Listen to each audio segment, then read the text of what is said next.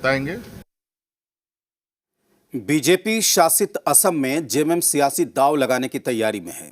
CM Hemant Soren की असम यात्रा के बाद सियासी चर्चा तेज हो चुकी है। इस बीच मुख्यमंत्री असम की बीजेपी सरकार पर लगातार हमलावर हैं।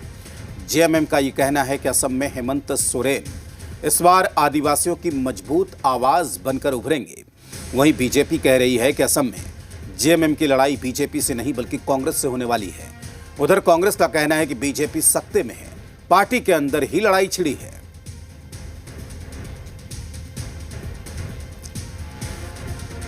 वहां लग रहा था कि आज के दिन में भी हम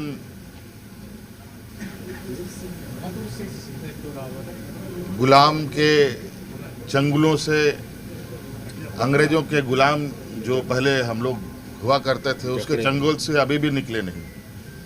ये हालत है।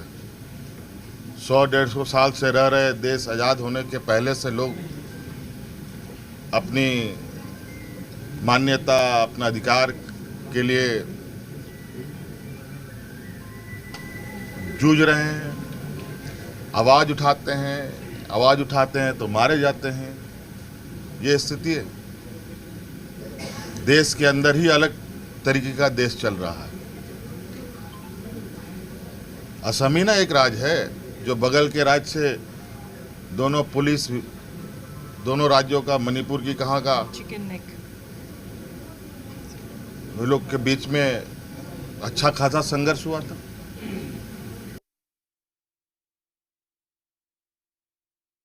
देखिए, असम में जो शोषित वर्ग है, जिनका लगातार शोषण होते आया है, आदिवासी समुदाय एक बहुत बड़ी जनसंख्या है वहां, और मैक्सिमम माइग्रेटेड है फ्रॉम जतला व्यवहार।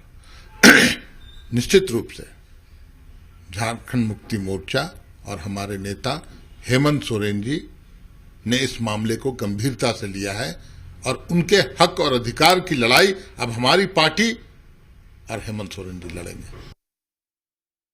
वो हेमंता वर्सेस हेमंत नहीं बल्कि जेएमएम वर्सेस कांग्रेस होने वाला है। जिस तरीके से बिहार के चुनाव में राजद बनाम जेएमएम हुआ, वही कहानी आसाम में भी दोहराई जानी है। और मुख्यमंत्री हेमंत सोरेन जी आसाम में जाकर कह रहे हैं कि झारखंड के विकास का मॉडल यहां पर लाएंगे, तो वो जवाब दे कि झारखंड के कौन से विकास का मॉडल वहां पर ले जाएंगे।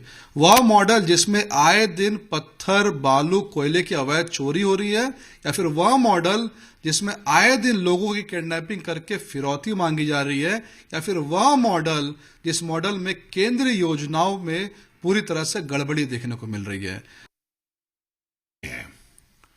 उनके यहां लड़ाई इतनी बड़ी हुई है, जो सोनावाल वहां के हैं, वो सभी भारतीय जनता पार्टी के जो लोग हैं, वो हेमंता जैसे घुसपैठिए से त्रस्त हैं।